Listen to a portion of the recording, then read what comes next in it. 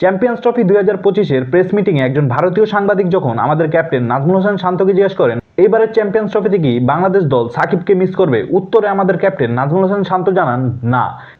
মূলত এর কারণ হচ্ছে এই একই কোশ্চেনের উত্তর কিন্তু ক্যাপ্টেন শান্ত এর আগেও অনেকবার মিডিয়ার সামনে দিয়েছেন এবং তার সর্বশেষ এক ইন্টারভিউতে তিনি বলছেন যে সাকিব আল হাসানকে নিয়ে আর কোনো ধরনের প্রশ্নের উত্তর বা এই একই প্রশ্নের উত্তর তিনি আর দিতে চাচ্ছেন না, যার প্রেক্ষিতে হয়তো তিনি এইভাবে উত্তরটা দিয়েছিলেন সেই ভারতীয় সাংবাদিককে। মূলত সাকিব আল হাসান কিন্তু বাংলাদেশ টিমের জন্য খুবই গুরুত্বপূর্ণ একজন প্লেয়ার ছিলেন, যিনি কিনা যে কোনো মোমেন্টামে খেলার একটা মোড় ঘুরাই দিতে পারতেন এবং ম্যাচটা নিজেদের পক্ষে করে নিয়ে আসতে পারতেন। তাছাড়াও আমরা দেখছি সাকিব কতটা ভাইটাল রোল প্লে করতেন বোলিংয়ে এবং ব্যাটিংয়ে, এবং তার অবদানের কারণে কিন্তু বাংলাদেশ দল চ্যাম্পিয়ন্স ট্রফি 2025-এ অংশগ্রহণ করতে পারছে, যা কিনা আপনি আমি মানতে বাধ্য।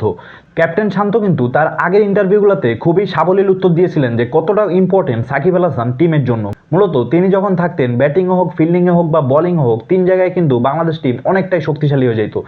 মূলত আপনাকে এটাও বুঝতে হবে 2025 চ্যাম্পিয়ন্স ট্রফিতে সাকিব আল হাসান না থাকার কিন্তু কিছু যৌক্তিক কারণ আছে।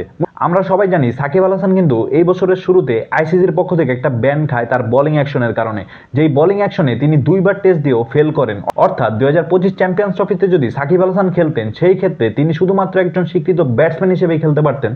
অর্থাৎ তার বোলিংয়ে ব্যান খাওয়ার কারণে কিন্তু তিনি এইবার চ্যাম্পিয়ন্স ট্রফিতে বোলিংটা করতে পারতেন না। সেই কথা বিবেচনা করে এবং অন্যান্য নানান কারণে কিন্তু সাকিব আল হাসান এবারের চ্যাম্পিয়ন্স ট্রফিতে নেই, যার প্রেক্ষিতে বলা যায় সাকিব আল হাসান না থাকাটা যতটা কষ্টের ঠিক ততটাই যৌক্তিক। তো গাইস, আমাকে যদি কোশ্চেন করেন এবারের চ্যাম্পিয়ন্স ট্রফিতে সাকিব আল হাসানকে আমরা মিস করবো কিনা, অবশ্যই মিস করবো, কারণ তার রোলটা কিন্তু টিমের জন্য খুবই প্রয়োজনীয় ছিল।